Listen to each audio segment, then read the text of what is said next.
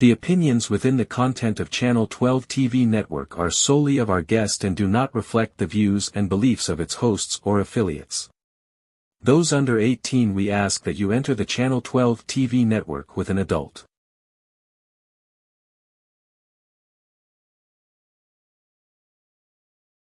All right, hello, boys and girls, ladies and gentlemen, children of all ages. Hold on, I got a button to push. I forgot about this. Let me push a button.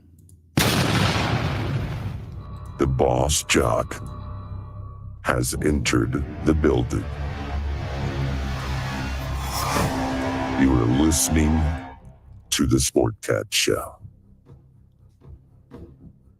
That's right, ladies and gentlemen, boys and girls, children of all ages. You're the one, the only Sportcat. I am here with you for the next 2 hours on all kinds of media stations. So come over and find us on the YouTubes. Search out the Paranormal Guys with a Z, or just the Sportcat shows, and you'll find our lively chat where we have such beautiful people as Denise. Hello, Denise.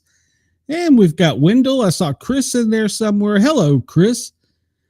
And Chris says, I like Ross, and even though I disagree with him often, I respect him. But I find it ironic that the guy who daily, if not hourly, rips Trump and Republicans ask you if you recycle your weather news. Yeah, I always find it best if if we repeat last week's weather and news. Makes for a great show. How about that? All right, and yes, we are live on the Channel 12 TV streaming network. For $9.99, you can go over there and get all kinds of movies, shows, and soon Jurgs and I'll be doing some things over there too. So you can catch this on replay for the West Coast over there. And there's other stuff, which I don't even know what it is yet. I'm still learning what the hell I'm doing. So they'll probably fire me before I figure it out. Okay. So we got off to a bit of a little late start. We had to teach Jurgs how to tell time. I'm going to send him an alarm.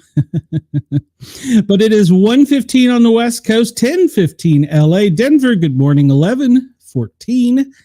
And we know it's overnight in Australia. Good morning to you in Sydney. It is 3:14 a.m. Perth. Good morning to you, 1:14 a.m. Thank you all for allowing us to come into your ears, tickle your ears, and be a part of your day, or overnight hours, either one. So welcome. All right, well, let's start off. We've got all kinds of things to get into today, but you know how it goes. We always start with some history because, well, you don't repeat it if you don't learn from it, right? 1609, Galileo demonstrates his first telescope to Venetian lawmakers, including the Doge, ruler of Venice, Leonardo Donato. Okay, interesting. 1619, yeah, especially since we may have aliens coming in. 1619, slavery begins in mainland British colonies of North America when the first known African captives, approximately 20, land at Point Comfort in Virginia before being sold or traded into servitude. 1718, hundreds of French colonists arrive in Louisiana and New Orleans. 1768, Captain James Cook departs from Plymouth, England, bound for the Pacific Ocean on his first voyage aboard the Endeavour. 1894, Japanese scientists discover the infectious agent of the bubonic plague and publishes his findings in the Lancet. And no, Chris, I'm not going to try and pronounce that name. In 1944, German commander Dietrich von Koelitz surrenders to Paris to free the French forces of Philippe Leclerc, disobeying Adolf Hitler's orders to destroy the city. President of the Provisional Government of the French Republic, Charles de Galileo, that's not Galileo, Galilei, gives a famous speech at the Hôtel de Ville. Oh, I remember this. 1990, UN Security authorizes military action against Iraq for invading Kuwait, which became known as Operation Desert Shield. 1955, 16th Venice Film Festival, or Day, directed by Carl Theodor Dreyer, wins a Golden Lion. What is a Golden Lion? And today in music, in 1998, the Miseducation of Lauryn Hill debut album by Lauryn Hill is released. It got 5 Grammys, including Album of the Year for 1998. And today in sport, in 1875, Captain Matthew Webb makes the first recorded unassisted swim across the English Channel, 21 hours, 45 minutes. 1960, AFL begins placing players' names on the back of their jersey. Wonder if in 20 years we're going to have a today and this date, a dildo was thrown onto a court. I know it sounds silly, but it's the thing. We'll talk about that. Let's see. Ivan the Terrible is born today in 1530. Russian Tsar Ivan IV, commonly known as Ivan the Terrible, is born, son of Vasily III, the Grand Prince of Moscow. He went on to become the first Tsar of Russia. He's referred to as the, quote, terrible, not because he was a poor ruler, but because he inspired terror in his subject. He was especially vicious towards his family members and even murdered his own son. Doesn't sound like a nice guy. Under his rule, Russia transformed from a loose collection of duchies and principles to a growing empire. Well, maybe we got something coming up like that too. 1835, the Great Moon Hoax. The first of a series of 6 articles, later dubbed the Great Moon Hoax, is published in the New York Sun. The articles detailed the discovery of civilization and life on the moon, including winged humanoids and unicorns. The stories were likely written by reporter Richard Adams Locke and intended as satire, but the readers were so convinced that the paper later had to admit it was a hoax. Come on, I didn't know there were winged humanoids and unicorns on there. Brenda, is Brenda in the chat? I need her to research this. Didn't the Discovery Channel do a thing a few years ago, well, probably about 10 now, about mermaids, and they had to later come out and say that it was a hoax?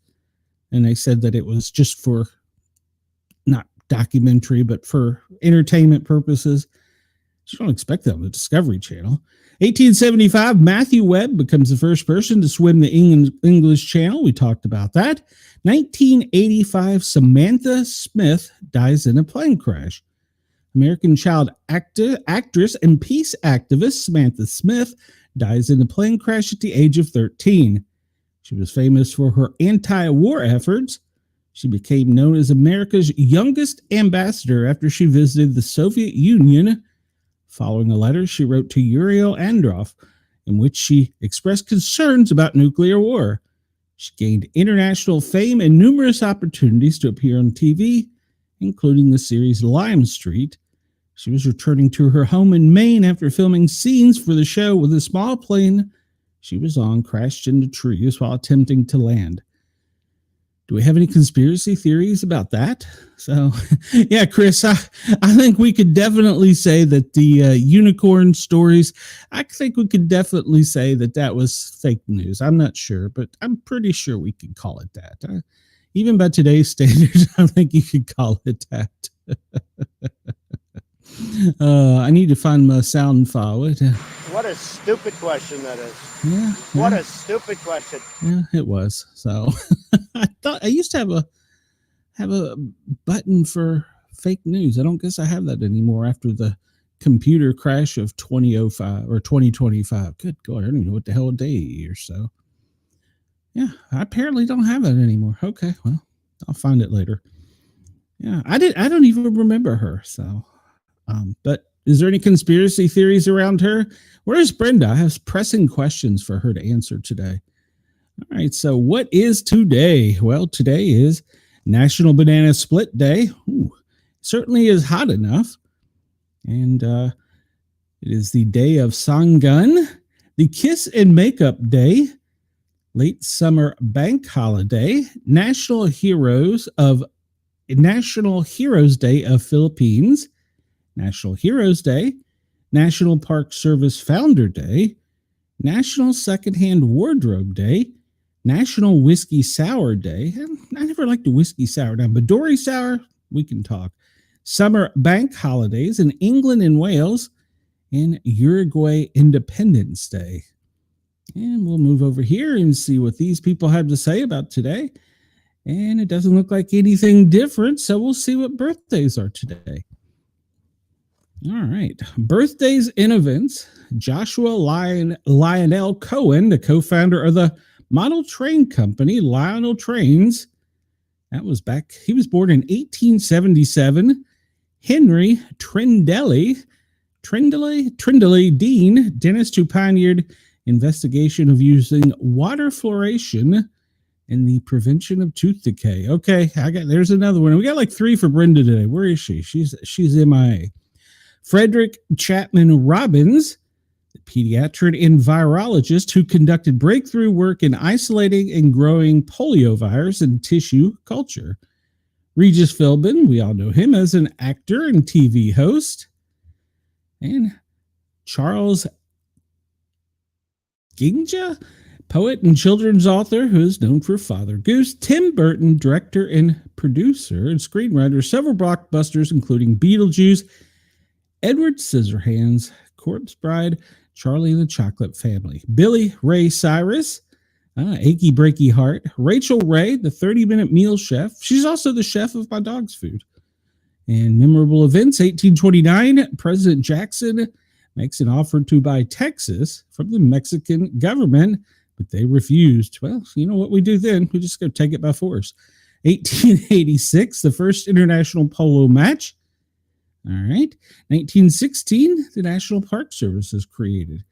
And I think we covered all that. New month, I don't know. We're not going to start counting coupons. All right, so let's jump into some news. Well, if it couldn't get any worse, seems as though somehow that one container that had non-harmful radioactive isotopes in it now has affected even more shrimp. So the recall affects distribution between the 17th of July and 8th of August to wholesalers in Alabama, Arizona, Massachusetts, Minnesota, Pennsylvania, Utah, Virginia, and Washington State. And of course, the FDA is investigating, and it's apparently ongoing contamination focusing on shipping containers and frozen shrimp products by an Indonesian company. The exact source is the cesium-137 contamination is not yet confirmed. Didn't we read in a news article that there was a container vessel? So according to the EPA, the most common radioactive form and is produced by nuclear fission. It's used in medical devices and gauges. It is one of the byproducts of nuclear fission process in nuclear reactors and nuclear weapon testing. The primary health concern is an increased risk of cancer due to DNA damage. Shocker. So, all right. So these are the names of all the ones. I'm not going to read it, but they primarily affect Walmart and I think maybe Aldi. So if you have a bag of shrimp, go make sure before you eat it to see if it is on the list. And Chris says, just because I sit in the stands at a football game doesn't make me an athlete. And he said, Regis was the hardest working man in show business. He just sat in different stools in different studio TVs on various TV shows. Yep, he was a good one. I liked Regis. Let's see. Where do we go? So this was breaking as we came on. Oh, Brenda, we've already got conspiracy theories we need you to check out. Chat, you'll have to help remind me, but I remember one of them was about unicorns and winged humanoids on the moon, and there were some others. So, Brenda, you just need to be here sooner. So, Mississippi declares public health emergency over rising infant mortality rate. The public health emergency allows the state to surge resources to address the crisis. Mississippi health officials have declared a public health emergency in response to a sharp rise in infant mortality. Now it's at its highest level in more than a decade. The Mississippi State Department of Health reported 9.7 infant deaths per 1,000 live births in 2024. Since 2014, 3,527 infants in the state have died before their first birthday. We cannot and will not accept these numbers as our reality, said state health official Dr. Dan Edney, declaring this is a public health emergency as more than a policy decision. It is an urgent commitment to save lives. The nationwide infant mortality rate was 5.6 deaths per 1,000 live births in 2022, according to the CDC. Mississippi health officials said congenital malformations, preterm birth, low birth weight, and SID, sudden infant death syndrome, are the leading causes of the infant deaths. The public health emergency allows the state to surge resources to address the crisis. Officials said they are implementing a multi-pronged strategy that includes so-called OB deserts, connecting mothers and baby with care resources in their communities, partnering with hospitals and medical providers to close the gap in maternal care. Improving maternal health is the best way to reduce infant mortality, the doctor said. That means better access to prenatal and postpartum care, stronger community support, and more resources for moms and babies. Healthy women of childbearing age are likely to have healthy pregnancies, which in turn lead to healthier babies. Well, didn't we say there was going to be a doctor shortage back in 2008 when there was some kind of change to the medical industry? I'm pretty sure we talked about that back then. So I pulled this map up, and I was actually kind of shocked at if you see red is where there is pretty much no maternity care. Orange is low. Yellow is moderate. And, well, access is normal where it's that whitish lavender color. Look at that. That goes pretty much straight up the center of the country there, from Texas to Canada. That's kind of shocking. And I also was surprised in some fairly large areas. I mean, even East Tennessee, Knoxville's not that big of a city, but it's in a crisis. And then I see down in Atlanta, even Atlanta has problems. Up in Washington, D.C., New York City, even up towards Boston. So down in Florida, there's several places. It's less down there. It's probably because that's where all the doctors go to retire. But pretty sure we talked that this was going to be a problem in 2008 because it was going to be too expensive for doctors to graduate, pay off their loans, and become professional doctors. Pretty sure we talked about that, but what do I know? Just go back and research headlines in 2008 in the medical industry and see what made the change. And Trump to sign executive order on flag declaration. He's actually already done so. President Trump is expected to sign an executive order on Monday. The order would mandate prosecution of those who desecrate the American flag. This will include burning of the flag, according to Fox News.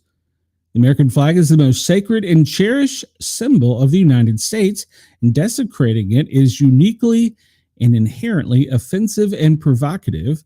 It is a statement of contempt and hostility towards our nation, Fox News reported, citing a fact sheet that it had seen. So, an executive order is not a law, so I don't know how this is going to play out, but then they're going to say, well, you can't do one flag and not another, and they'll challenge it in court. And there's probably already lawsuits filed, so let's see. Let me catch up here. Yeah, Brenda, we're glad you're here. And Chris says, well, where'd it go? I show on screen. Do you really expect the majority of people with memories of goldfish to remember 2008? No, not really. Not really. So that was yesterday's news. Wasn't that a news or yesterday's news? I don't know. I was thinking it was like a little pop jingle. All right. Well, this guy's in the news again. Kilmar Garcia. He's arrested by ICE as supporters rally against his deportation. Homeland Security Director Secretary Kristi Noem said ICE has arrested him, an illegal immigrant from El Salvador charged with human smuggling in Maryland on Monday morning. He was just released from Nashville, if you recall. He is being processed for deportation. The arrest came after he checked in at the ICE office in Baltimore on Monday, just days after he was released from a federal prison in Tennessee. Before turning himself in, Abrego Garcia and about 150 supporters rallied in solidarity outside the ICE facility and protested the Trump administration's handling of the case. He's 30. He faces federal charges of conspiracy to transport aliens, unlawful transportation of illegal aliens. Those charges come after he was deported to El Salvador against judicial protection orders. The Trump administration had accused him of being a member of the MS-13 gang. Today, ICE law enforcement officers arrested him and are processing him for deportation, said Secretary Kristi Noem. President Trump is not going to allow this illegal alien, who is an MS-13 gang member, human trafficker, serial domestic abuser, and child predator, to terrorize American citizens any longer. He'd been in federal prison for months as he awaited trial for human smuggling before a judge allowed his release on Friday. To all the families who have been separated, or to all the families who have been threatened with family separation, the administration has hit us hard, but I want to tell you guys something. God is with us, and God will never leave us. God will bring justice to all of the injustice that we are suffering, he said, according to the translator. Bad guy calling out for God. Kind of ironic. As he entered the ICE facility, crowd chanted, "We want Kilmar." His lawyer said that they were informed on Friday by the Justice Department that he would be deported to Uganda if he does not plead guilty to human smuggling. If he took the plea deal, he could be deported to Costa Rica after serving for the time. For weeks, the Justice Department fought against releasing him before his trial, pointing to his alleged history of violence towards his wife, sexual misconduct towards young girls, and participation in human smuggling. They pointed to previous domestic violence complaints filed against him by his wife and testimony that he lied to law enforcement during a traffic stop in Tennessee during a, quote, alleged smuggling run. Federal grand jury has charged him with serious federal crimes, underscoring the clear and present danger he presents to the community, a department spokesperson said over the weekend. The defendant can plead guilty and accept responsibility or stand trial before a jury. Either way, we will hold him accountable and protect the American people. And Chris said, it's a big and beautiful flag. Yes, yes. Hey, Denise, welcome back. We missed you. So, yeah, there's thousands of people out there rallying for him. There's also close to 1 million signatures, and I didn't even show the article or bring up the articles. There's a website that has got videos and audio recordings. Just go listen to them and form your own opinion, because if I do it, it'll be seen as racist. But there's several hundred thousands of signatures for the Floridian accident that killed the family, that they want him free, that it was just an accident. I left that article alone because, he didn't speak English, couldn't read the signs, failed a CDL, but yet was still granted one because of his, quote, status. So, yeah, just go check it out. Sign it if you like. Hundreds of thousands of other apparent people have, so they're idiots, but whatever. All right, so this comes to us from Zero Hedge. What are the real reasons behind Washington's latest show of force against Venezuela? If you recall, last week we said that there was a bunch of Marines and a bunch of Navy ships headed that way. They were sidetracked by a little storm, if you recall, but now they're back under steam and headed that way. 3 U.S. destroyers equipped with the Aegis system, a defense technology designed to track multiple targets and neutralize air or sea threats simultaneously, will be arriving off the coast of Venezuela in the next couple of days, according to reports by Reuters. They will be accompanied by 4,000 troops, surveillance planes, and a submarine in what is by far the largest ever show of force the U.S. has mustered against Venezuela's Chavista government. The ostensible, oh man, I can't even pronounce that, ostensible casus belli of the, we're going to have to Google that shit. I don't know what the hell that means. That could be important to this article. Hold on a minute. Let's see what the hell that means before we go any further. A Latin term for, let's just ask AI. I ain't got time to read all this stuff. Computers are smarter than me. A justification for a war that is presented to the public, but is the not real or primary reason. Interesting. The term combines the Latin phrase casus belli, occasion for war, with the English adjective ostensible, which means apparent but not necessarily true. Interesting. Okay. So let's go back over to this article and finish the article now that we know what it means. Free to go to jail, Brenda says. Yes. Chris says, I don't know where the line forms to sign that petition, but I won't need to be updated. Yeah, agreed.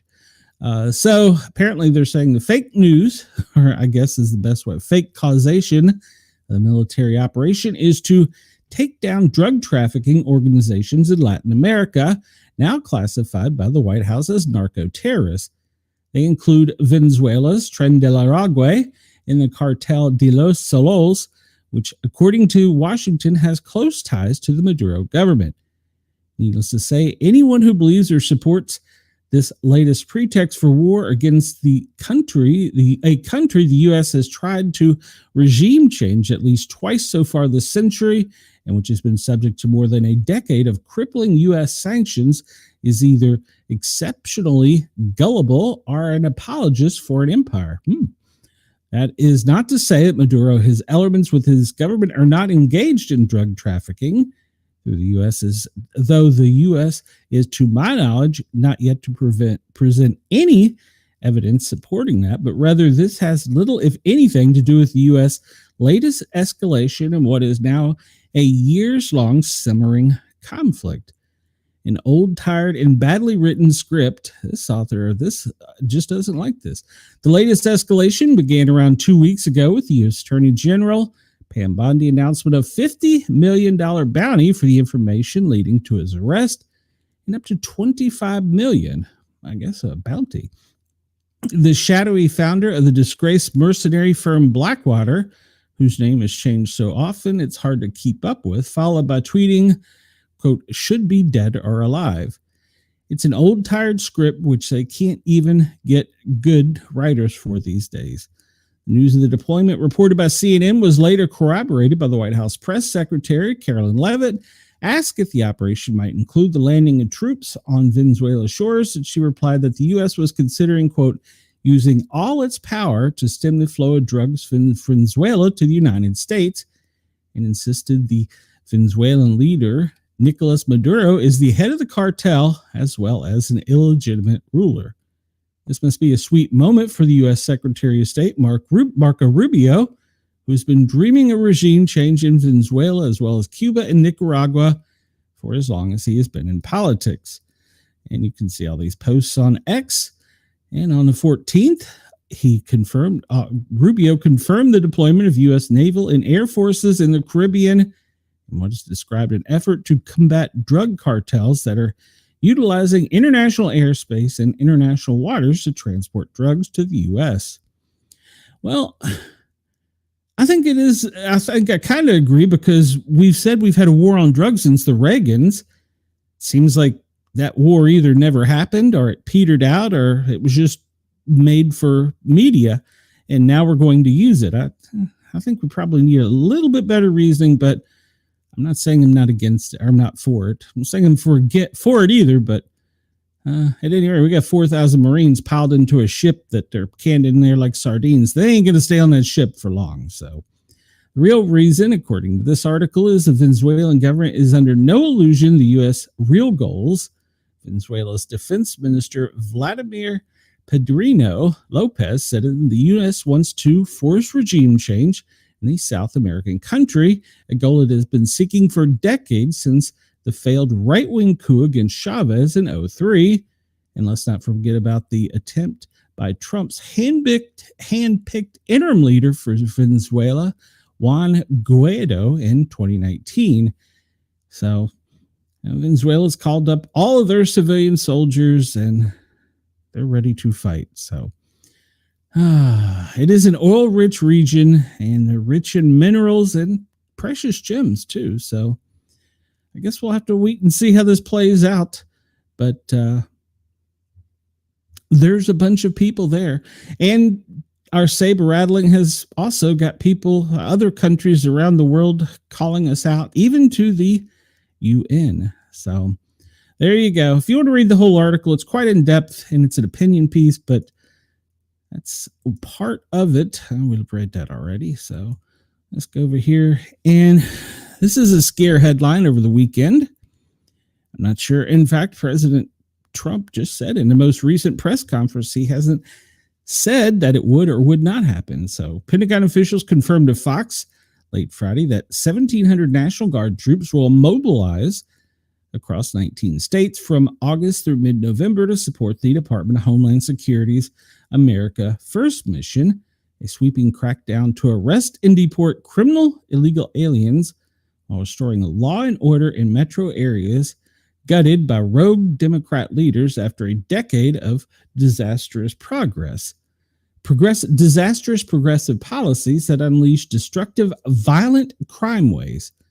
Documents obtained by Fox News show National Guardsmen will soon be deployed to Alabama, Arkansas, Florida, Georgia, Idaho, Indiana, Iowa, Louisiana, Nebraska, Nevada, New Mexico, Ohio, South Carolina, South Dakota, Tennessee, Texas, Utah, Virginia, and Wyoming to act as a pillar of support for DHS, such as case management, transportation, logistics, and clerical work.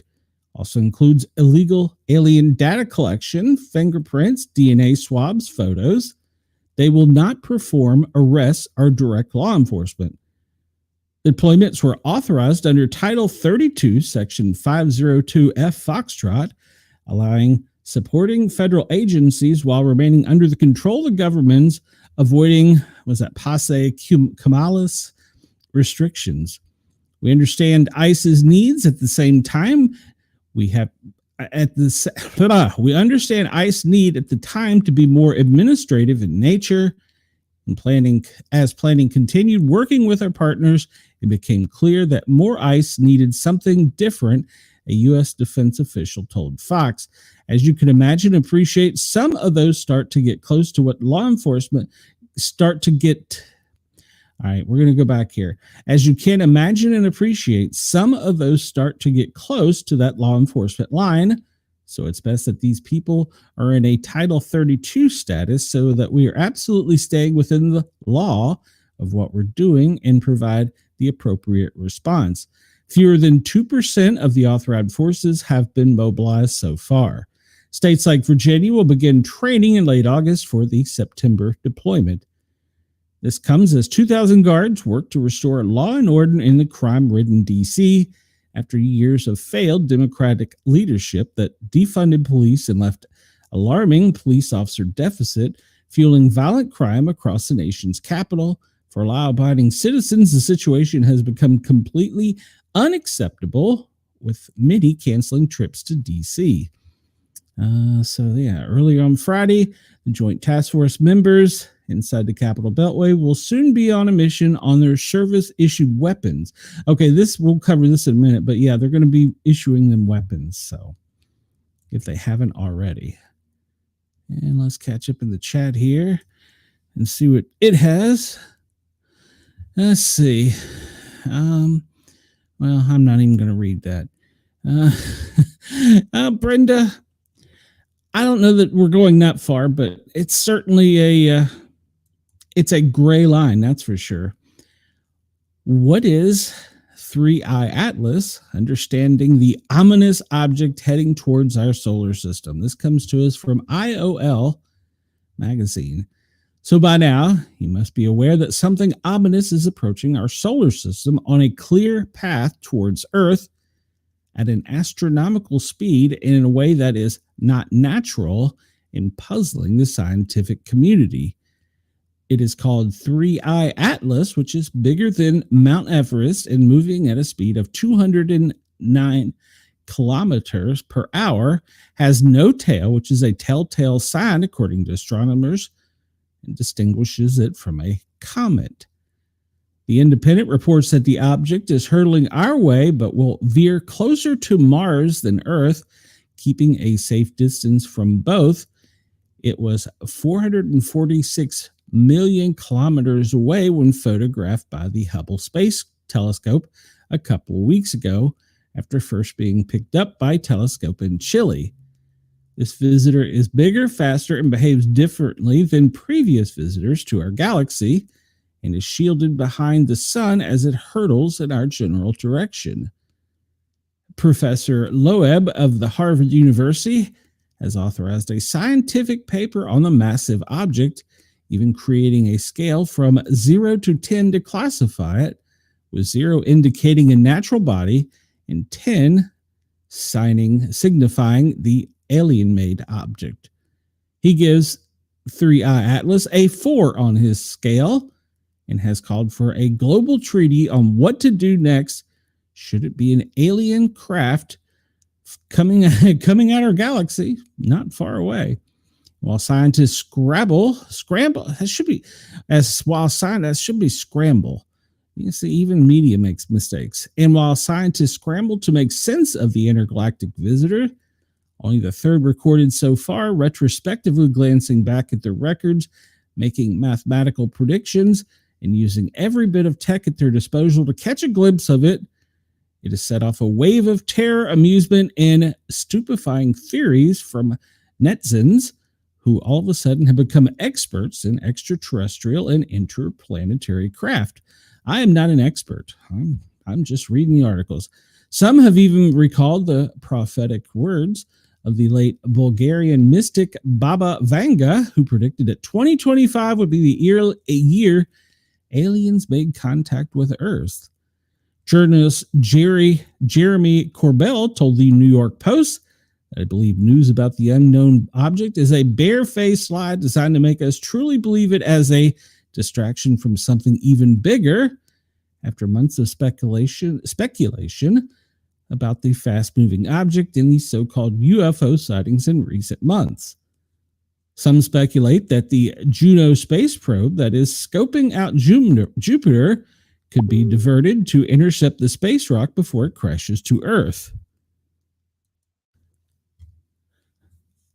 Then there's the former CIA officer, John Ramirez, who posts that it is the U.S. government has known about the visitor and aliens are going to show up possibly in 2027, and that all of these UFO sightings are preparing us so that we don't panic. But who is panicking?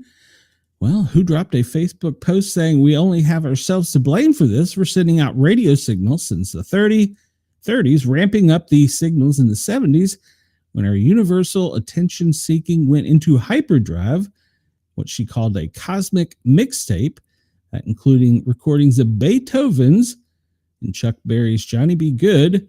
That outreach resulted in a radio signal being bounced back to Earth a few months later that was too precise, too intelligent to be a natural phenomena. We've been intergalactically drunk, dialing the aliens for decades, and now we are surprised, she posted. While she's just a lay person, she's articulating exactly what the late renowned British theoretical physicist and cosmologist Stephen Hawking warned us about: sending signals into deep space. You never know who or what is out there and what their intentions might be.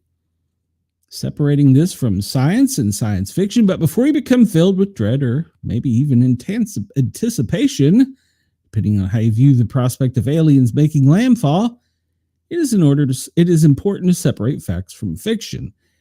It is a fact that it is being observed by both the Hubble telescope and the James Webb as global scientists try to make sense of its origins, chemical makeup, its trajectory, and where it is likely going. But it is fiction that is, quote, hiding behind the sun, that's just the arc that it is taking. In other words, the path.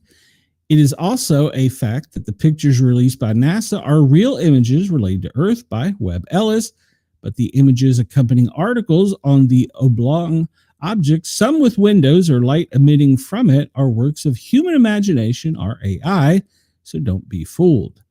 And if you are one of those people who say they'd gladly be abducted by aliens rather than put up with the sheer madness that life has become on third rock from the sun, this could be just what you've been waiting for. So, oh, there you go. All right, where are we? We gotta catch up at the car. Oh, yeah, a lot of them. Yes, Wendell, hello. I said hello to you earlier, Wendell. Scientists shouldn't be playing board games at a time like this. I agree. Man, Scrabble is definitely not the place for it was. Wendell says, I was here earlier, but he got busy. Wendell, there is nothing busier than being on this show. And Chris says, Jeremy Corbell has made his determination on the object. Now I can rest easy. Wendell says, I sound drunk when I'm reading. Do I really? Is there something? Maybe I've had a stroke. I don't know. It's awful hot. No, it's too early to drink. Actually, I don't drink anymore, guys. And no, don't say I don't drink any less. I would think UFOs would have a much more complex ship controls than that in the cartoon. I agreed. And let's see. And if you were my friend Wendell, I wouldn't be drunk also. I would be drunk also. Well, Brenda, I think that might have been an insult. Do I really sound that bad? Is there something wrong with me? Do I need to quit my job in radio? Oh, wait, I don't get paid for this shit. So I'm just a fat guy with a microphone. So that's all. All right, so as we know, National Guard troops in Washington, D.C., well, they're going to begin carrying firearms, according to a report. The troops deployed in Washington to support President Trump's effort to mitigate crime will begin carrying firearms Sunday evening, that was last night, according to a Defense Department official with knowledge of the planning. The majority of the Guard members will carry M17 pistols. Their service-issued weapons, the official said. While a small number of troops will be armed with M4 rifles, the troops are authorized to use their weapons for self-protection. SecDef Pete Hegseth said on Friday he ordered the authorization of 2,000 National Guard troops in D.C. to begin carrying weapons. It is a marked shift in the posture of the Guard members who had been unarmed as they worked to support law enforcement by assisting with community safety patrols, traffic control points, and crowd flow support.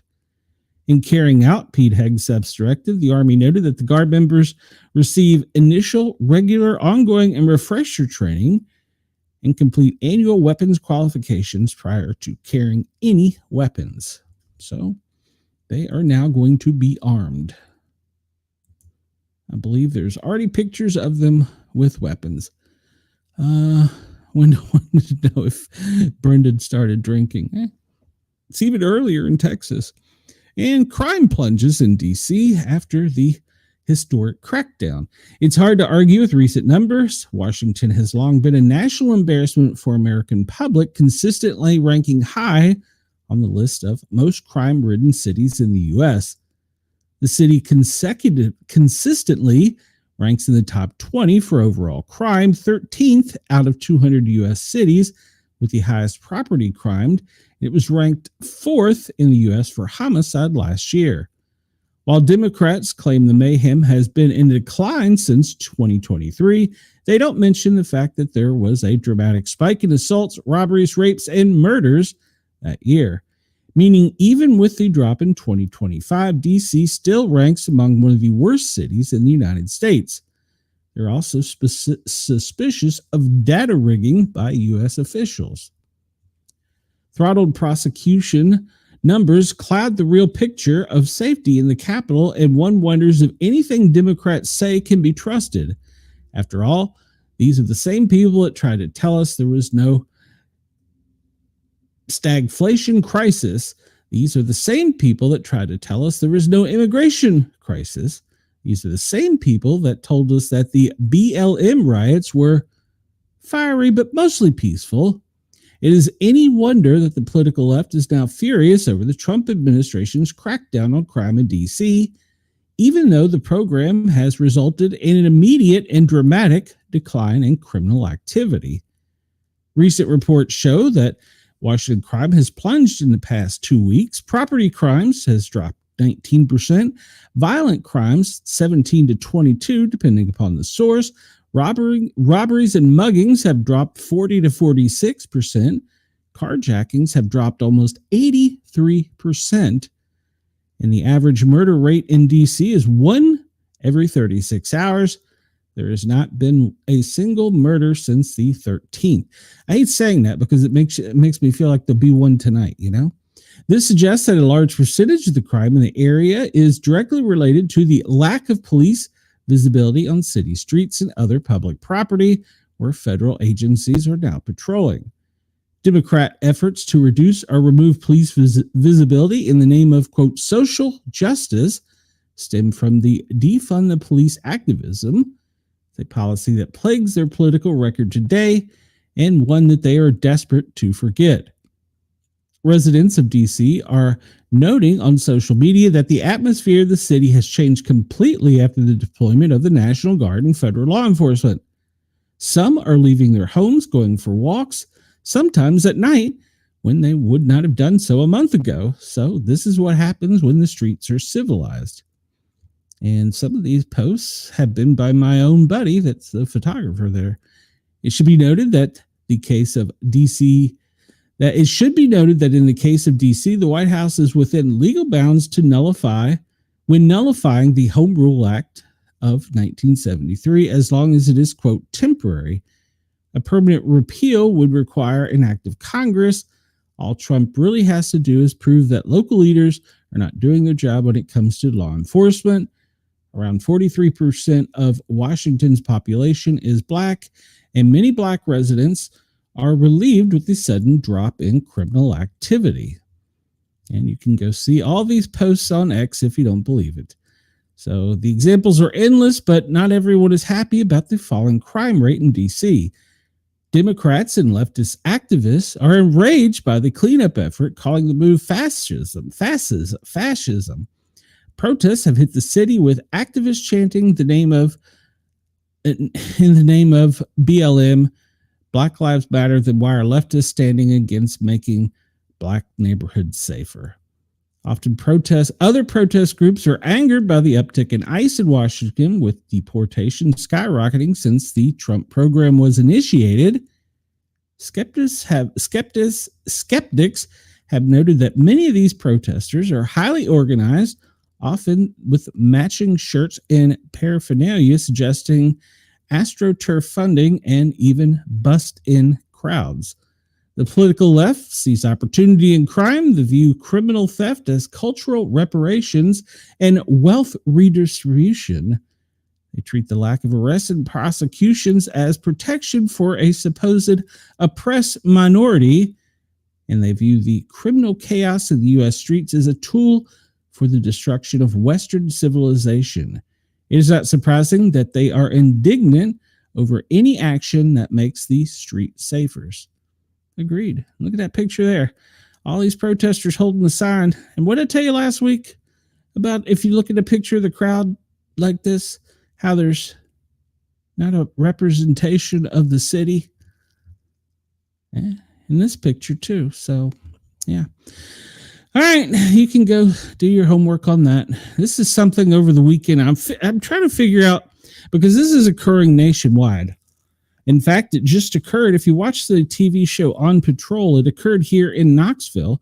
Of course, Knoxville has for years has hidden the fact that there's gangs and organized crime, but it's kind of hard to when they put a live camera on it.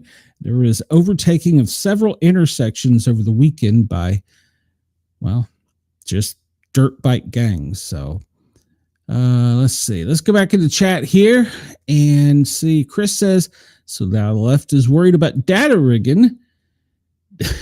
Now the left is worried about data rigging. Didn't give a shit when flu deaths magically disappeared for a few select years. Yeah, that's true.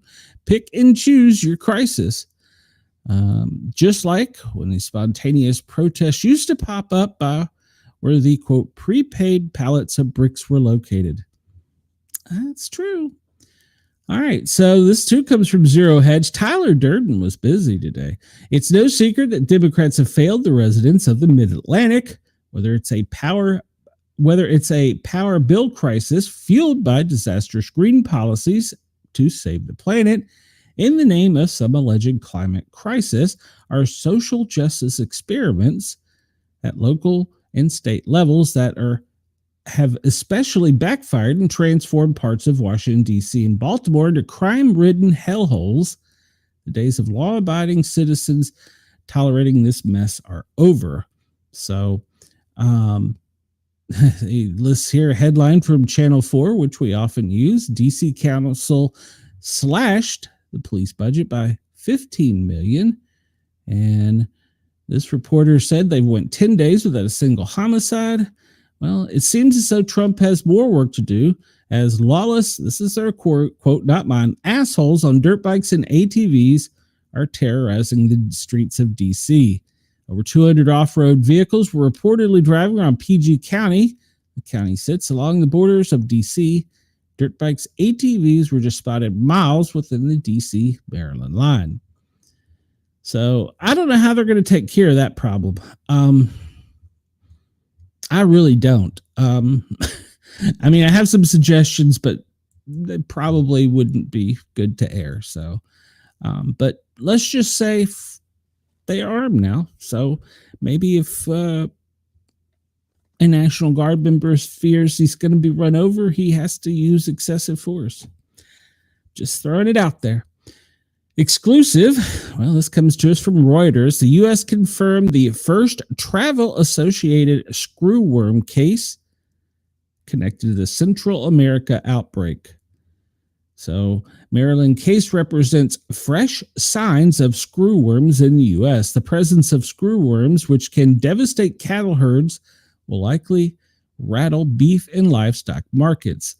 USDA criticized cattle producers for failing to take timely measures to prevent screwworms from entering the U.S. Oh, so it's the ranchers' fault. The U.S. Department of Health and Human Services on Sunday reported the first human case in the United States. Travel Associate.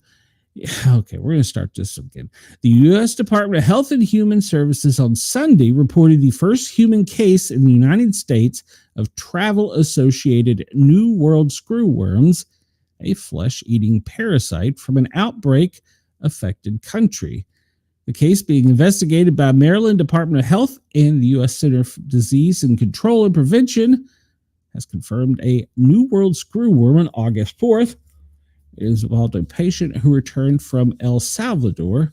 HHS spokesperson Andrew G. Nixon said in an email. So I thought I had a better article on this, but apparently, wait, I should. Hold on. Over here. Yeah. Here we go. They've been doing that in most major cities. So yeah. It's crazy that, we see this and people are like, oh, it's no big deal. Yeah, it's a big deal. All right, so let's read this article. A person who traveled to El Salvador has been diagnosed with the New World screwworm, the first reported U.S. case tied to travel to a country with a current outbreak. According to CDC, on August 4th, the person was diagnosed, and then they sent an infection. They acknowledged the email in a statement, but did not describe his condition. They collaborated with Maryland health officials, and they said the New World screwworm is a fly that lays its eggs in open wounds in body openings, such as eyes, ears, nose, or mouth. It primarily affects livestock, and in rare cases, humans, does not spread from person to person, and poses very low risk to the public, according to the U.S. health officials.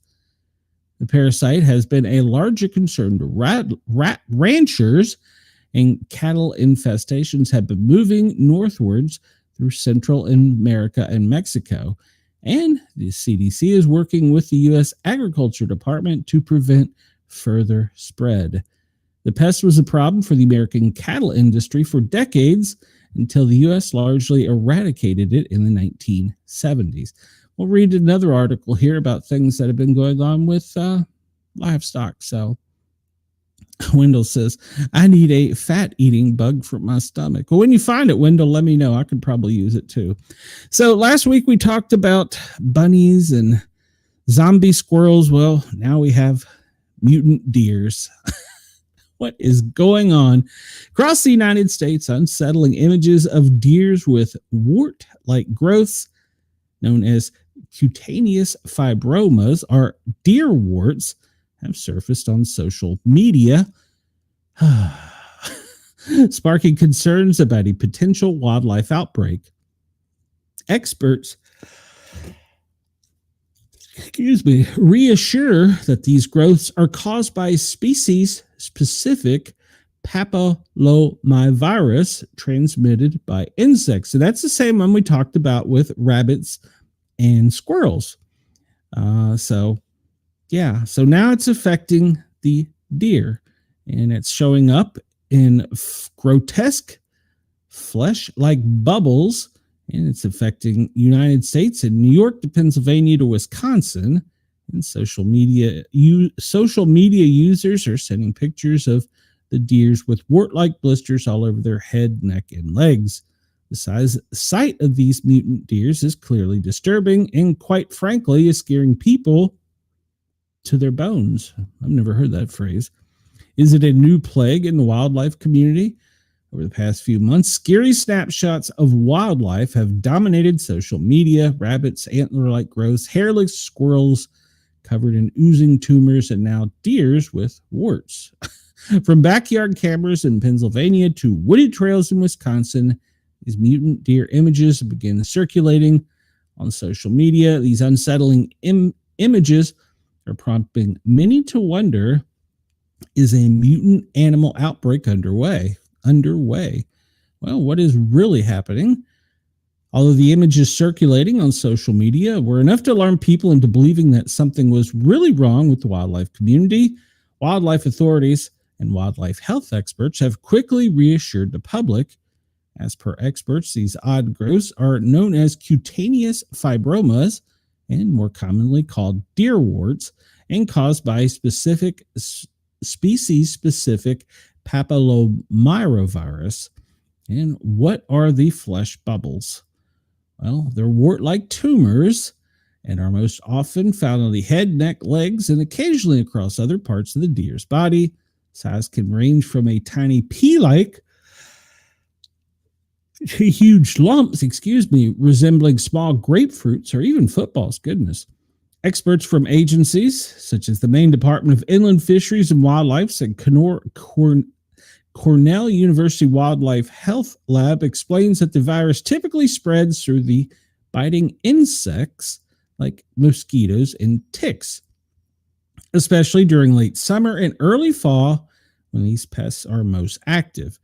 Deer sharing feeding ground, bedding spots, or rubbing posts further catalyze the transmission. Despite appearance and what might seem, quote, mutant, most deers, as science says, handle these growths well. Their immune systems typically shrink and eventually eliminate the fibromas within a few months. Only in rare cases, when the lumps obstruct vision, eating, or mobility, do wildlife officials intervene, consider using euthanasia. To everyone's relief, no, humans can't get this. They do not jump from deer or humans or pets. So, but yeah, it's interesting. We've talked about in the past week bugs causing viruses and stuff, and now we got deers. Chris says, my nickname was a fat eating bug in high school. Denise, hers was Shorty. And Chris says, that deer had a lot of explaining to do to the wife when he got home looking like that. Yeah, no kidding. So the rabbit looks like Wendell says, Chris says, the rabbit looks like he ate those snakes small kids light on sidewalks on sidewalks on July 4th. Oh yeah, I know what you're talking about, Wendell. The little black snakes. Yeah, exactly. That's what it looks like. So, for him to be perfectly healthy, he sure does look skinny to me. I don't know. So, yeah, we've talked about, mosquitoes and fleas. Oh, my. Well, let's talk about ticks. And I want you to remember, this is an opinion piece, but I want you to remember, this is a scientist. This is going to talk about a peer-reviewed. When we say peer-reviewed, that means it's been presented to other scientists to review, and they've said, oh, that's correct. So just remember that when we go through this. So bioethics crosses the line in the war on red meat. For about 3 million years, humans ate red meat as part of their overall diet and seemed to get along rather well. Then somewhere around the turn of the 21st century, scientific studies began warning that red meat was in fact harmful to human health and should be reduced or preferably removed from human diet altogether. At the same time, other research pushed back, showing that red meat is in fact a nutrient-dense and healthy food, and that provides an important amount of proteins, essential amino acids, vitamins, and minerals in a balanced human diet. Some might argue those previous 3 million years have already proved that quite conclusively. But studies suggesting red meat is good for you don't tend to get the same airplay as those warnings that will send you to an early grave. Good science usually acknowledges what came before, weighing competing findings as part of the scientific methods for self-correcting nature. Increasingly, that's not happened. Many recent anti-meat studies don't appear to be too bothered with nuisance. Instead, they open with the unchallenged assertion that meat negatively impacts human health, and then dive straight into answering one question: what is the best way to stop people from eating meat? And judging by some examples that have been lobbed out into our inboxes in recent weeks, some suggested tactics sound more like social psychology experiments rather than actual nutrition research. Among the more benign examples is one such study which examines the effectiveness of default nudging, a strategy which involves convincing retailers to position vegetarian or vegan options as the first and most convenient choice for consumers with meat options, requiring an extra step in the hope consumers will just give up and take the easier selection. Another explores how forcing people to watch animal suffering via virtual reality can influence their attitudes toward meat consumption. A further study examines the use of, quote, meat shaming stickers on meat labels to alter consumer purchase intentions. But none of these efforts at coercion even come close to the length the authors of these so-called academic papers in order to prevent people from eating meat. In a paper titled Beneficial Bloodsucking, published in the medical journal Bioethics earlier this year, two professors of medical ethics argued that ticks could be engineered to spread alpha-gal syndrome, AGS, a natural condition that causes debilitating red meat allergy. They argued that eating meat is ethically wrong and contend that actively promoting this tick-borne disease to force people to give up meat is not just permissible, but morally mandatory. Our attention was first drawn to this issue in the recent, and they linked the articles from EP3 Andrew Whitelaw, who argues the idea is not only scientifically absurd, but it is also ethically bankrupt, violating personal freedom and bodily autonomy. The use of bioengineering to stop people from eating meat was also given a platform by TED Talks in 2013, when another bioethicist, S. Matthew Lau, suggested people could not be trusted to stop eating meat on their own. If we eat less meat, we can significantly reduce our greenhouse gas emissions, he says in the video.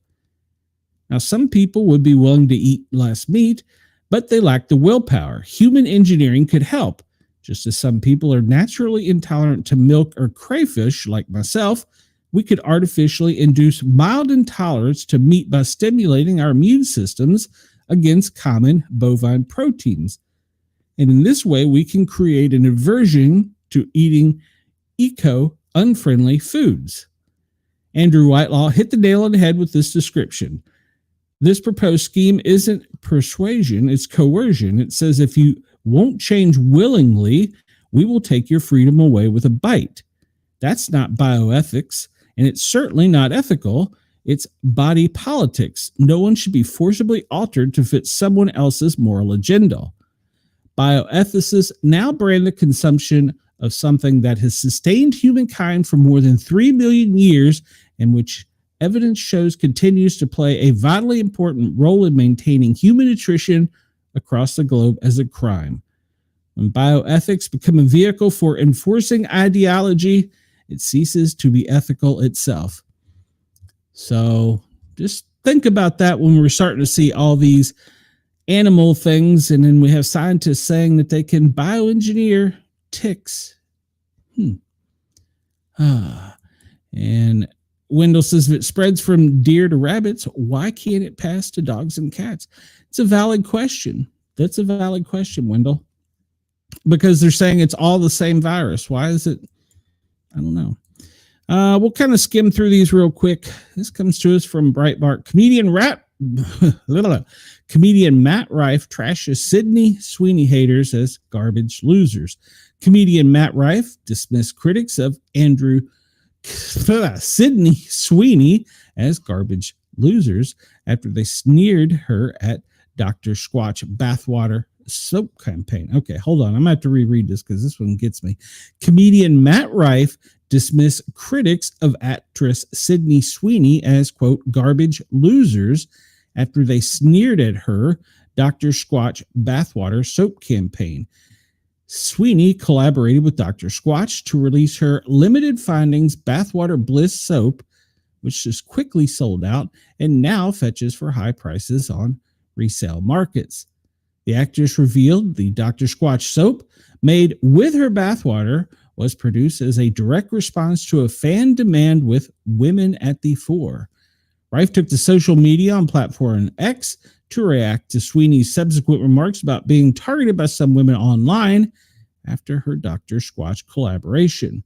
He posted, I keep seeing people mad at Sydney for nothing. She's learning that the internet is full of absolute garbage losers who will twist anything you say into a he says, a cunty misinterpretation. People are awful. In an interview with the Wall Street Journal, she expressed surprise at the negative reactions, noting that female fans were the main critics, despite their interest in Jacob Eldry's bathwater. Sweeney has drawn plenty of public commentary of late. 27-year-old was targeted after she appeared in an ad campaign for American Eagle, which came with a play on words, Sydney Sweeney has great genes, which came with cries of racism, eugenics, and, well, it's abuse. According to an online woke activist, the ad is somehow a dog whistle for Nazis driven by the actress who starred in Euphoria and The White Lotus. The angry woke response has been shown to be completely at odds with the wider public opinion on the matter. Well, how's it working out for Cracker Barrel? Just saying. All right, Chris, these next two stories are just for you. If you're still with us, well, we talked about last night on the show. Well, green sex toys. PGA tournament disrupted as a sex toy epidemic spreads from WNBA to golf's most traditional stage.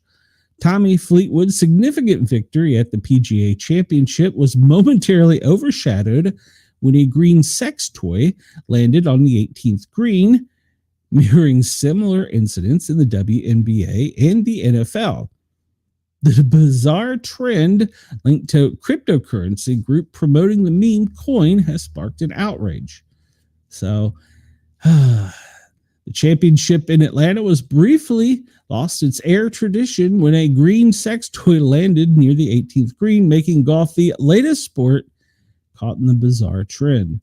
While Tommy Fleetwood secured a career-defining victory and $10 million prize at Eastlake, the unexpected object momentarily stole the spotlight.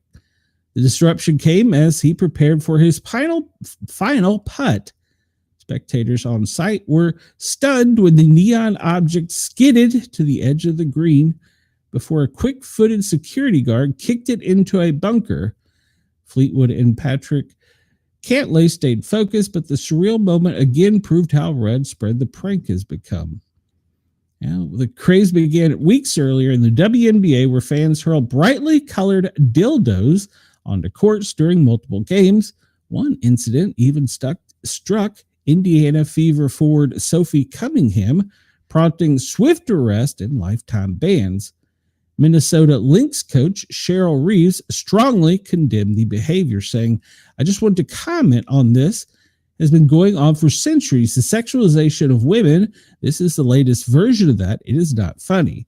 She added, "The sexualization of women is what's used to hold women down, and this is no different. We're not the butt of the joke. They're the problem, and they need to take action." The backlash did not deter imitators. Hour after her comments, 2 more objects were thrown during a Chicago Sky versus Atlanta Dream matchup. And then not long after, the NFL became involved in a similar toy spotted near the 6-yard line in the Tennessee Titans game against Minnesota. What seems like random fan mischief now appears to be linked to cryptocurrency group promoting a so-called green dildo coin. The group admitted to staging some of the stunts to draw attention to its meme coin, claiming the goal was to create viral moments rather than disrespect athletes.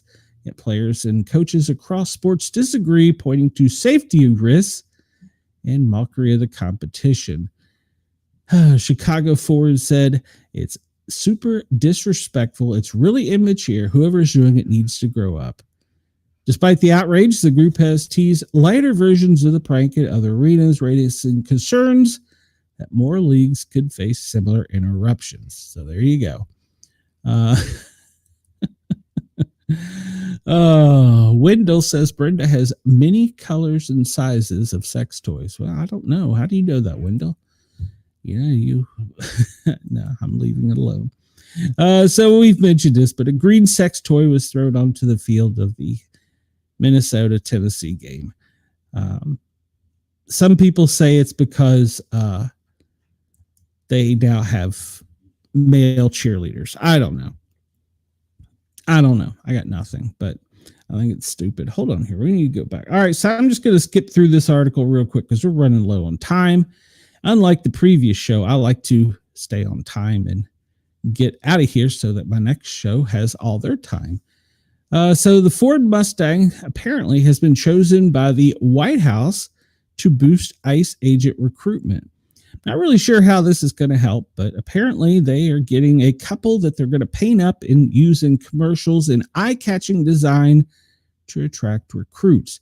We already have Superman. Isn't that enough? So now we're going to have the Mustang coming out. And I do agree the Mustang is an American badass car. So we'll see. We'll see if this helps booster the job appeal. I don't know if they're saying you're going to get one if you sign up or what, but doesn't seem like that's would be the case. So I don't know. $700,000 to customize a group of SUVs and pickup trucks used for recruiting include a Ford Raptor, GMC Yukon, and they've been tripped out to mimic the looks of Trump's private Boeing 757, according to The Independent. Means they're painted navy blue with red, white racing stripes and a gold ICE logo, the same color scheme of Trump's aircraft. I don't know that makes a big difference. I mean, big deal if it's the same color. So it must be bad if it's painted the same colors as an aircraft that he flies on. Must be bad. It's got to be bad. We got to get rid of it. I think that Ford Raptor is pretty badass looking personally. I would drive it. If somebody gave that to me and said, "Hey, this is yours," I'd be like, hell yeah. I don't think I'm triggered because of the colors of a vehicle. I think that's stupid. So I think they're just looking to come up with an excuse to bitch about something personally. I think it's a nice looking car. Can't wait to see what the Mustang looks like. So, all right, well, let's get into what we normally do here. And we have missed the top of the hour. We're 25 minutes into the second hour. Goodness gracious. All right, so let's start off with the daily operations briefing. Well, there's going to be some news to report. So let's see. Chris says, well, now, if you don't throw them at WNBA games, they will claim discrimination. Well, why is it going to be green? I was thinking about this while I was reading this article. I should really I'm just going to highlight that right there, Chris. I was thinking, why don't I create a challenge coin that's in the shape of a dildo and put like a police logo or something on it? I don't know. I should do that. I'd probably make money if I did that. All right, so this comes to us from FEMA, their daily operations briefing, dated Monday, August 25th at 8:30 a.m. It was presented to the president. All right, so what they're monitoring: heavy rain, flash flooding in the Southwest, Southern Rockies, and Southern Plains. Excessive heat in the Pacific Northwest, Northern Intermountain, I haven't heard that term, California. Well, there's some tropical activity too out there.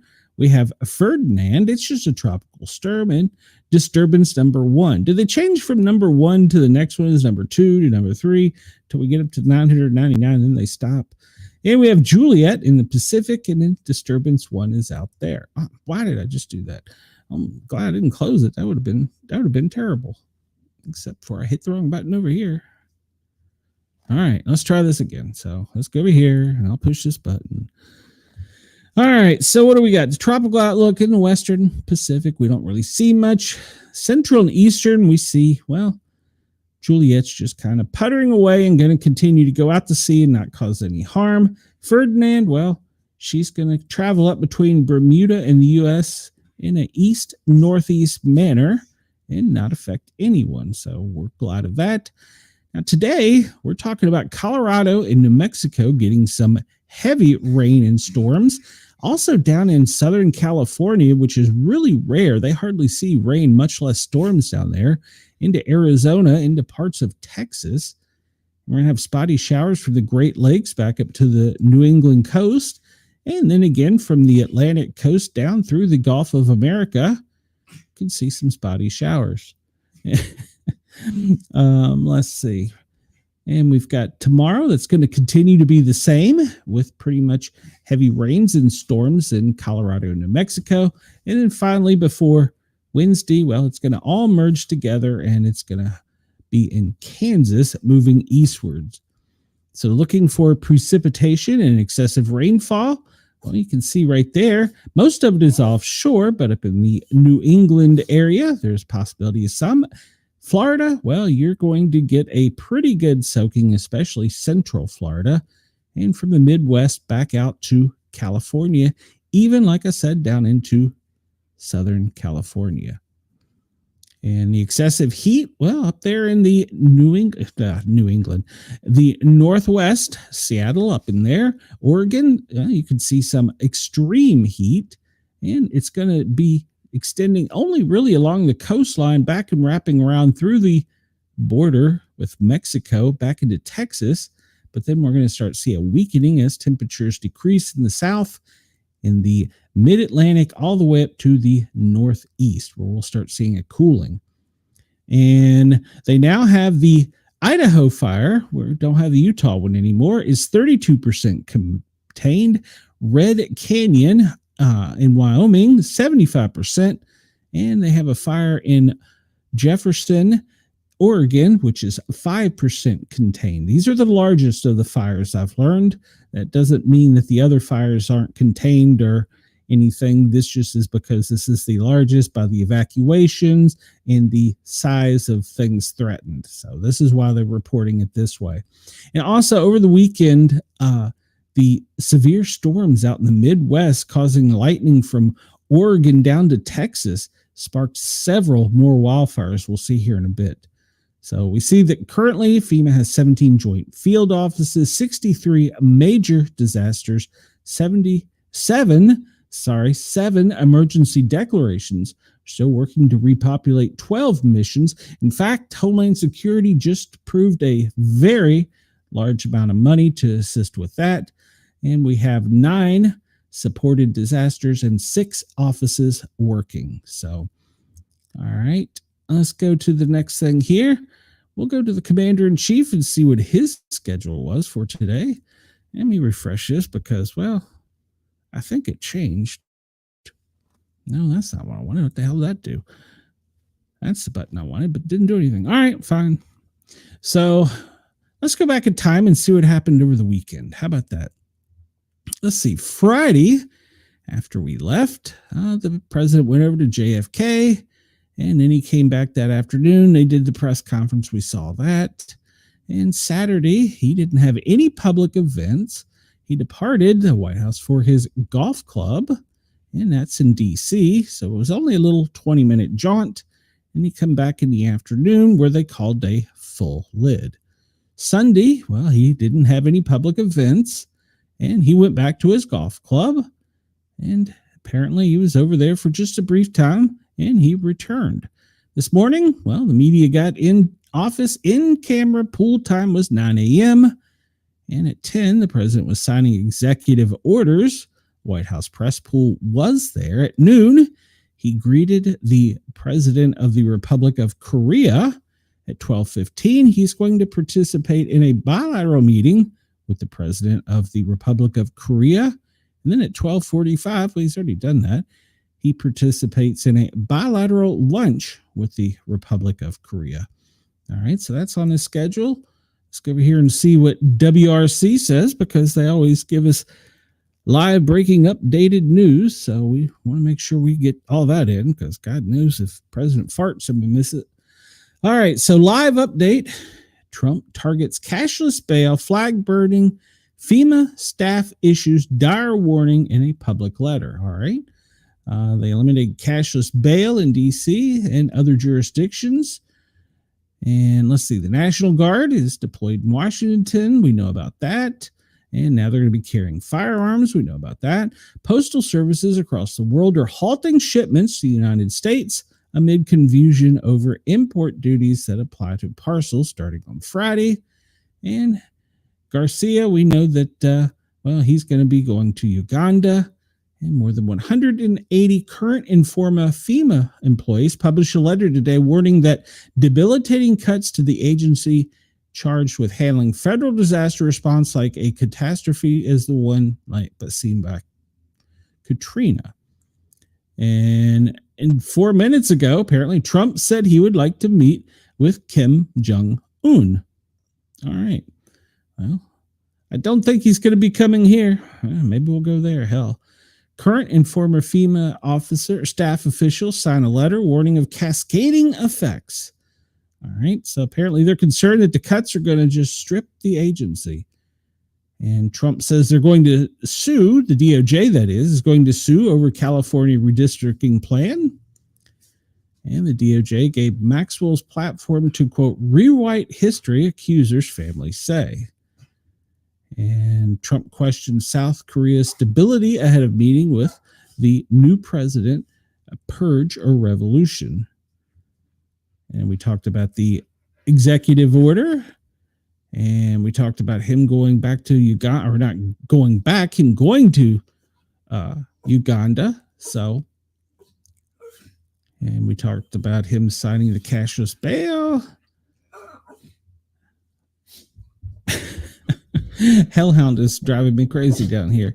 Trump expands cities targeted for possible military deployment to Baltimore, and he spat with the governor. Okay, well, that's new. So apparently we're going to go into Baltimore. Trump said in a rather nasty, provocative tone that raised a repeating of the National Guard deployment he made to L.A. All right, well, Chicago mayor blasts Trump with a threat to deploy as a flagrant violation of the Constitution. In fact, if you listen to some media outlets, I believe she said to fight them. All right. Talked about the carrying firearms. All right, we'll go on with that. That's done. All right, the national weather briefing, that's pretty much the same as we just saw, but we'll highlight it. Chris says bilateral lunch uses fork and spoon equally. Yes, because we don't want to discriminate. And they don't give sharp objects in the White House. I'm kidding. I don't know if that's true or not. We see in Southern California, down there in the tip of Nevada and Arizona, right at the Mexican border, can anticipate some heavy floods, rains, and storms. Colorado and New Mexico today also. And Oklahoma, it looks as though you're in the bullseye. Now, tomorrow, Colorado and New Mexico are still going to have the storms. It won't be Southern California, but Arizona, and then it's going to move to Kansas.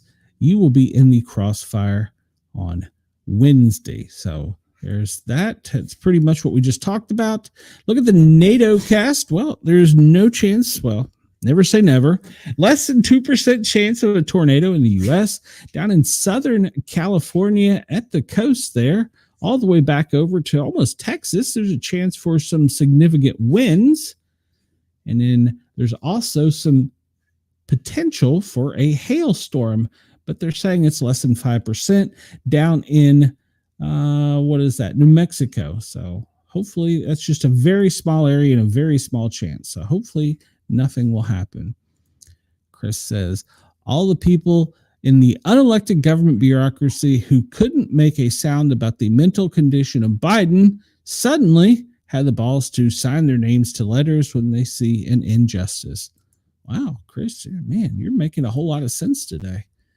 All right, let's look at current warnings in the United States. We see this thanks to Weather Warn. And what do we have, Chris? First up, a test message from Montgomery County. Special weather statement in California. It's probably because of the thunderstorms. Doppler indicated a strong thunderstorm near Squirrel Mountain, about 37 miles northeast of Bakersfield. So it's a stationary hazard with pea-size hail. So there you go. If you're out near Squirrel Valley, or Squirrel Mountain Valley, if you're out there, no, wind will calm down. It's not your Squirrel Mountain. So flood watch in Colorado and an air quality alert in Idaho. Well, that's unusual. What is going on out there? Smoke from wildfires ranging from moderate to hazardous at the Nez Perce Reservation until 11 a.m. for 2 days. So severe pollution level. So if you're out in that area, apparently a near non-stationary smoke, we'll look at that in a minute, is causing hazardous air quality. And we can always talk about the small craft advisories. That's usually along most of the coastlines where there's small squalls or sudden winds that causes the seas to rise. And there's a hydrologic outlook in Idaho. And let's see, what is this about? Monsoon moisture will be spreading north into the northern Rockies by Wednesday, bringing scattered thunderstorms, and they're going to be producing rains in excess of 1/2 inch per hour. So be on the lookout for debris and rock slides in steep terrains. All right. And we see the Idaho and Oregon flash flood severe. And what else do we have? Minnesota has a frost advisory. Yes, false fall is coming, ladies and gentlemen, believe it or not.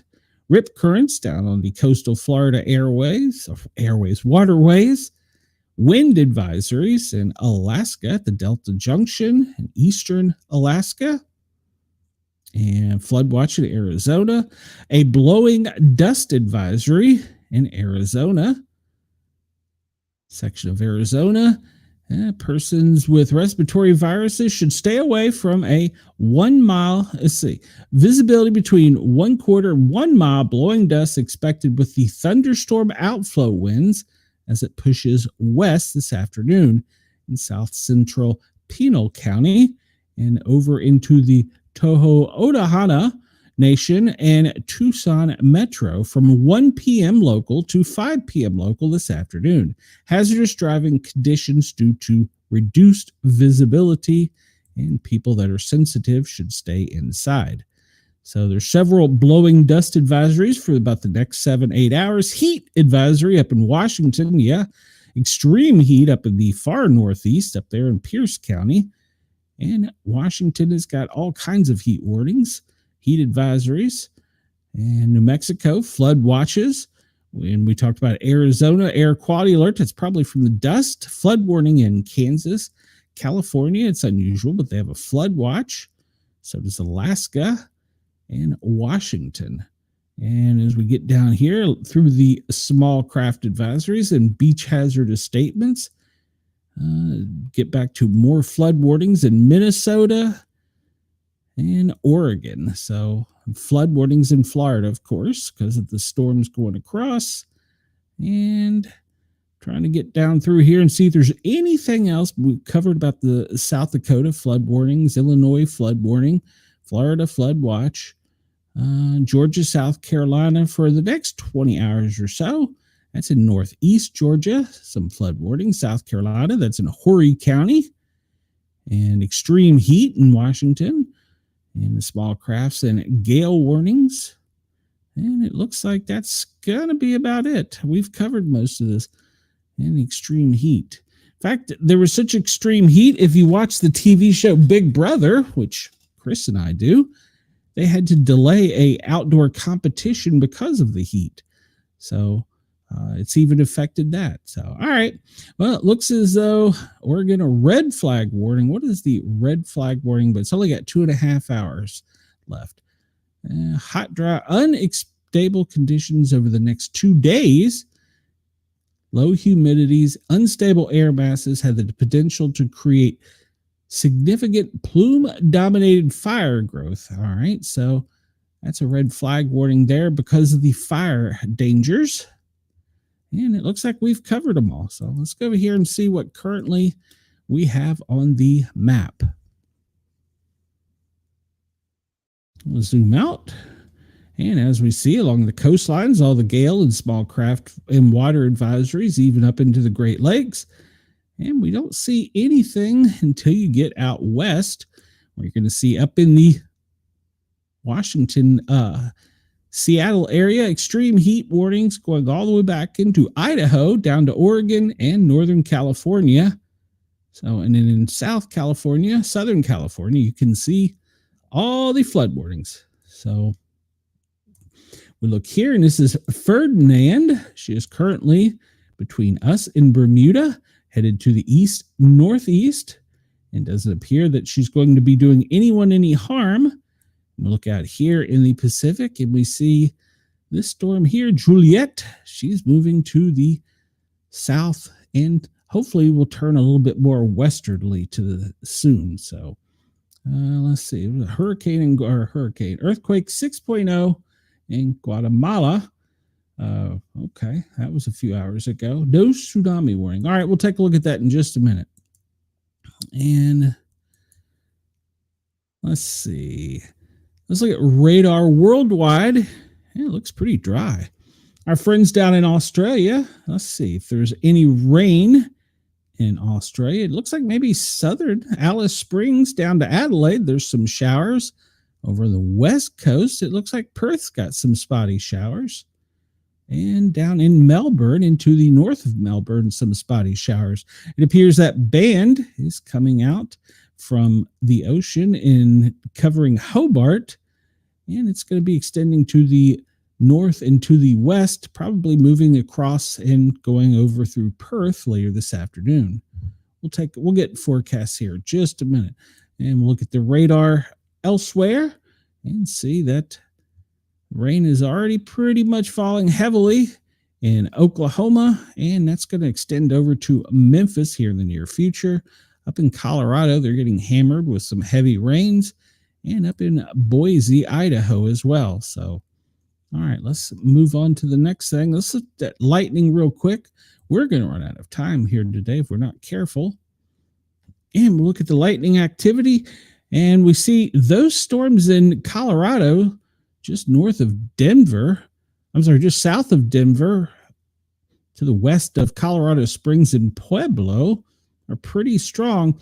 Those can cause some thunderstorms that produce wildfires. Albuquerque, there's a decent sized cell down there, and to the west. In Salt Lake, it looks like you're having a little storm, and then back over to the east of you. Vegas, you've got a small cell right over you. Very small cell.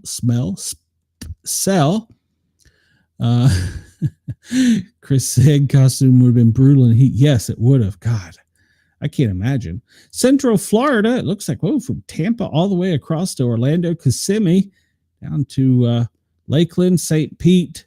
Hey, you've got right through Central Florida, there's a really strong ridge of electrical activity from those thunderstorms.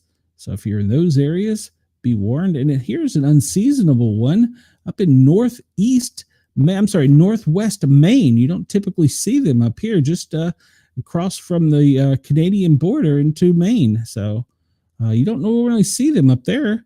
Buffalo, well, you have a small cell right there located over you as well. It's rare to see one up there. All right, let's zoom out and see if there's any lightning reported in Australia. And it looks like it's all off of Adelaide's coastline. Very, very low lightning producing. Maybe some in Perth, but it's just very minuscule. So, but still, be weather aware. Have a weather radio if you don't have one. Go get one. And be tuned into your weather radio. All right, we're looking at power outages across the U.S., and we see that currently nobody is greater than 10,000. Texas, they have 5,988. Wyoming, 5,486. California, 3,586, with Minnesota at 3,028 and Arizona at 2,816. You can go to poweroutages.us to check here. Excuse me. Goodness gracious. All right. I slept last night. All right. So currently Washington, D.C., you're 82 degrees or 78 degrees. And Washington, well, your high today is going to be 82 with partly cloudy skies. Philadelphia, well, no, wait a minute. Where's Philadelphia? It's somewhere in here. Oh, too far inland. That's Jersey. Where is Philly? Philadelphia, you're going to see a high. It's currently, by the way, in Philadelphia, right around 83. Your high is going to be 84. Sunny skies today. Up in New York City, well, you're 81 degrees. You're only going to get to 85, but have sunny skies. Boston, you're currently 73. But your high is going to be 78 and cloudy. Back over in Burlington, well, you're 71, but you're going to be 75. No, sorry, high of 77, partly cloudy skies. Chris says 5,400 people in Wyoming is probably 85% of the state. Can't argue that, Chris. Can't argue that. Let's see here. Let's jump over here to Chicago. And currently 67. You're going to reach a high of 69 degrees. You're almost there. Partly sunny skies. Down in Louisville, well, you're 72, but you're going to be a high. Well, you've already reached your high, 73. Atlanta, hot Atlanta, it's 84. It's hot. And you can anticipate sunny skies with a high of 85. Down in Tampa, Tampa right now, you can anticipate those showers with a high of 83 today. My friends down in Key West, what are you going to get down in Key West? Well, it's going to be a high of 86 and sunny. Mobile, Alabama, you're over here somewhere. Where are you, Mobile? Mobile, Alabama, you're right in there somewhere. Yeah, there you are. Pop up. 92 degrees. And, well, come on.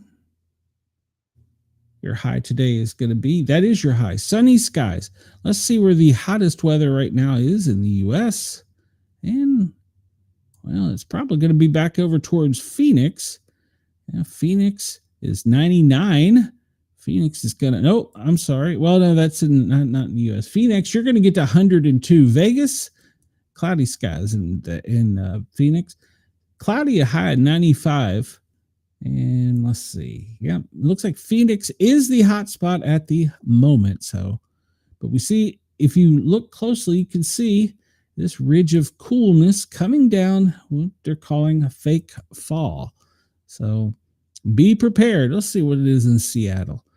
Seattle, well, you're currently 83, or you're going to have a high of 83, partly cloudy skies. So but they are anticipating extreme temperatures there in Spokane.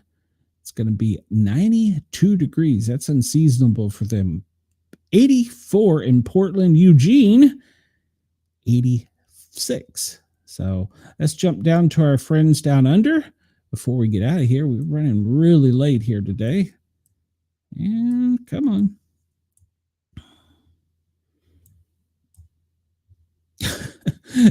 We go from one to extreme to nothing. All right. Where's Australia? Where's my friends down under? Let's see. It's looking like they're getting some cooling. Let's switch this to Celsius so that we can give them a accurate forecast. And I miss this every day. I don't want to know. I want to change the units. Here we go. Temperature to Celsius. There we go. All right. Let's go back out here. Perth. All right. Hold on. Let's go to Perth.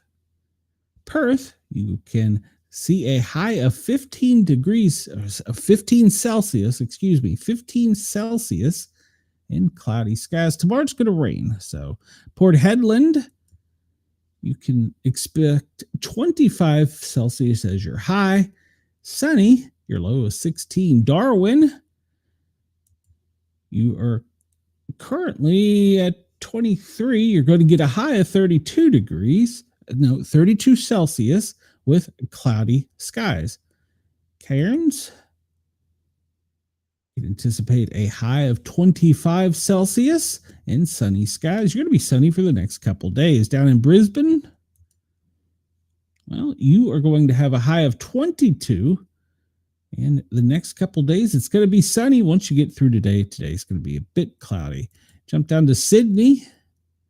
And we see they're anticipating sunny skies for the next few days. High of 21 Celsius. That's pretty much going to be your high for the next, pretty much for all of this week, until it gets down to Saturday, where it's going to turn off to be even nippier. And Hobart, well, it's 16 Celsius with snow. Adelaide, 14 Celsius is your high, and rainy conditions. Our friends in Alice Springs, we zoom in here to see Alice Springs. Come on. There we go. Alice, man, I've talked too much today. Alice Springs, you can anticipate 32 Celsius, 19 low. That's going to be your high. It's going to start being a bit cooler, but sunny through the rest of the week. By Saturday, though, you're going to see a nice chill at 18 Celsius. All right, so there is your temperature and forecast for the U.S. and for parts of Australia. The heat risk, we've talked about this already. If we look over here in Idaho, Washington, Oregon, that's where the heat is, extending down through California, through Los Angeles, and back around to New Mexico. Brisbane, yeah, I've got to start learning how to say this correct. Brisbane, yes, Brisbane. So, all right, let's look here, and this is our favorite AI generated wind map. Man, if you look at the Earth right now, there's really not much wind on the continental lower 48. It's not really windy at all. See that one depression up here and off to the east, and this one is off to the east as well, but yeah, it's really pretty a non-windy day across the lower 48. Jump down to our friends in Australia. I won't give you Antarctica's wind conditions. I did that one day. It looks that it's going to be a bit windy on the west coast and maybe on the south coast. Well, actually, you can anticipate along the coastal regions, it's going to be a little bit windy, except to the north. All right, let's look at air quality before we lose track of time here. And we'll look at wildfires, and then, I don't know. We'll get out of here for the day, as we don't want to keep the next show. No, I don't want to hit that button. The next show held up. All right. And so really it looks like the only bad days for air are, well, in Louisiana, Houston, Austin, Dallas, and then back over here, that's probably Brownsville, El Paso, and then Salt Lake. And we saw that up in Idaho, pretty much all of Washington, parts of Northeast Oregon, and all of Idaho is anywhere from a code yellow to code red. And that's because of the fires. Let's take a look at that real quick before we run out of time, because there was lots of fires sparked over the weekend by the storms. We see this one here in South Carolina, 5 points is 761 acres. We have this one down here in Florida.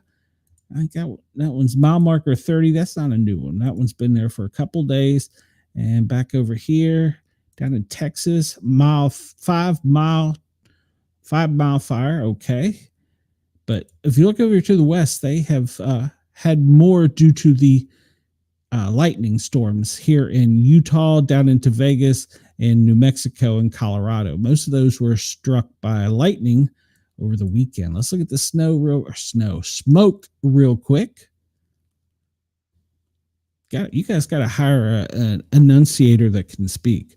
All right, so we see, as we were talking about, it's pretty much a wind-free day, so most of the smoke is just going to waft down into the Gulf of America, into the southeast, mid-Atlantic, and over to the northeast. So it's going to be light, though, but it's not going to be moving. And we see up in Idaho, well, it's just not moving at all up there on the west and in the Midwest. So smoky conditions up there. Let's look at the live AI air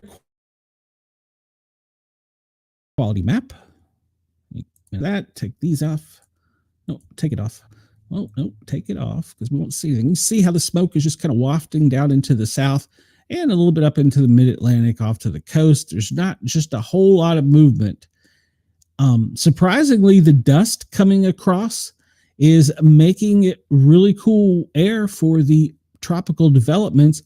And so right now, the chance of them is kind of null because of that. So it's unusual for this time of year, but we will take it as to not have hurricanes. Speaking of hurricanes, well, there's the one disturbance that is a 0% chance of forming in the next 7 days. And Ferdinand, well, she's just a tropical storm up there, and she's just spinning out to sea. She won't be harming anyone. And we see space weather, well, for some minor observations, but it's not going to affect the aurora coming down into the States.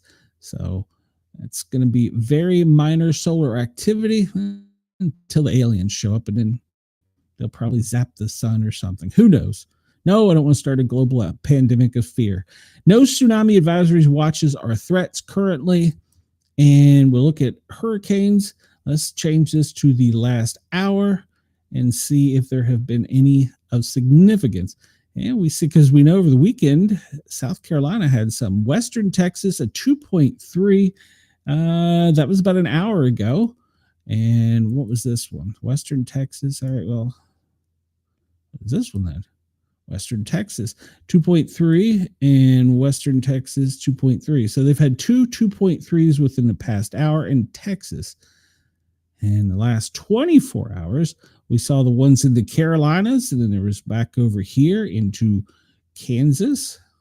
No, I'm sorry, Oklahoma. And that was a 2.1. And of course, California is always shake, rattling, rolling, as well as the West Coast up into Canada. We zoom out and see Alaska up in the islands. They've had some activity over towards Russia. Ooh, they've had quite a few hurricanes, earthquakes. So, all right, I'm about to run out of time and be kicked out of here. Volcano warnings. If you were anywhere near, hold on, where's my news? Volcano warnings. Costa Rica, well, unrest. Apparently the volcano is not happy there. And Indonesia. And so those are, okay, so we got that out of the way. And Kilauea is code orange. Sitkin, well, it is code orange as well. And let's see, let's just take a real quick look and see if we got anything brewing up with the airs. See a lot of trading down there. This plane here has got no call sign, and well, it's coming out of the Midwest. It's a tanker, so it's headed over the water there. And if it's a tanker headed over the water, there's some other planes beside it getting a drink. So I see lots of activity from New York, Virginia Beach. That's a hopping area. Raleigh, and anywhere down in Florida to Louisiana, back over to Houston, a whole coastline there. You can see some activity. And let's see, nothing as far as activity near Venezuela. Oh, wait a minute, take that back. France, what the hell? France has got a helicopter flying around down there in the Dominican. So, all right. I don't know why it's down there. It's got to be a medical helicopter. It's got to be. There's no way. And let's see. What is that? That's a King Air. It's probably headed out to that place where they have a jail. Let's see. Just kind of scanning around France. Well, where's it? That's funny. We got an incoming plane from France, an Airbus, but it doesn't say where it came from. Okay, interesting. And a Globe Master just kind of floating around out there. All right, we're out of time, ladies and gentlemen, boys and girls, children of all ages. I have done it for today again. I don't know if it was good, bad, or what, but we had the show, and I don't know why it's not showing. Go out of here. Usually the Bitdefender, maybe they got attacked, and see where the latest cyber threat is, but apparently Bitdefender is down. So there you go. All right, everybody, have a great day. I'm out of here. Oh, there we go. It was just slow to load. I'm out of here for the day. We see that, well, red is attacks, yellow is infection, white is spam, and it looks like most of them are coming out of Asia to us. Everybody have a great day. I will be back tomorrow from 1 to 3, and we will see you then. Until then, Sportcat, well, I am out of here.